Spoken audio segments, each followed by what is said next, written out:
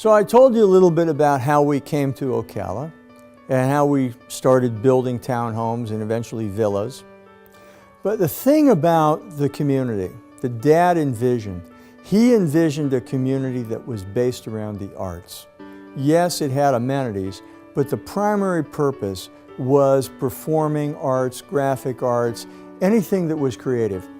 Because my father was a very firm believer that this artistic impulse that exists within human beings is a higher sense, a higher presence, a closeness to the divine, if you will, the divine being manifest in each of us. He's a very spiritual man.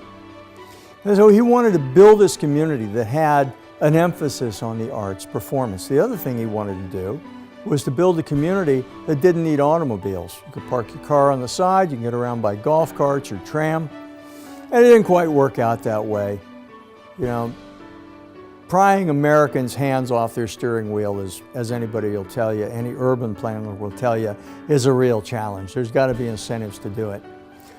Nonetheless, we were very successful in promoting golf carts to the point that at one point 50% of the vehicles on the road and on top of the world were golf carts. Still a very high percentage today. And that's an important point. We also went on building amenities. We built an 18-hole golf course, followed by another 18-hole golf course, followed by a third 18-hole golf course. We built a very large recreation center and pool complex in its day from the 1980s. And it had a large performance center. It had a fitness center, which is really important because the thing that my dad learned in the first On Top of the World of Clearwater was yes, he amenitized the community. Yes, they had classes. Yes, people were engaged. And yes, it improved their quality of life. But what he saw as lacking in that was an aspect of physical fitness. As he said, I can't increase your life by one day. I don't know if I could do that. But I can certainly increase the quality of your time.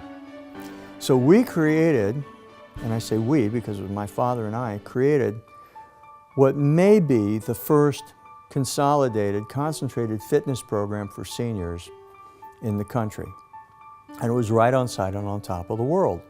We acquired the first generation of Nautilus equipment. And Nautilus, I mean, that was a real breakthrough because that meant fitness could be somewhat genteel, but it could still be real fitness.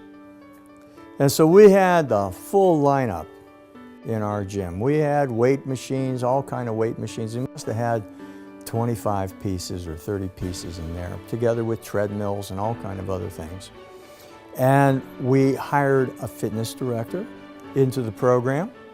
And the fitness director, we gave them a lot of leeway, and he created a cardiac resistance exercise program, which is well ahead of its time.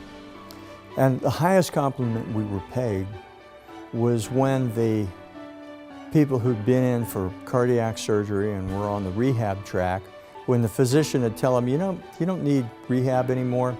You can finish your rehab in your community on top of the world. They have a phenomenal program.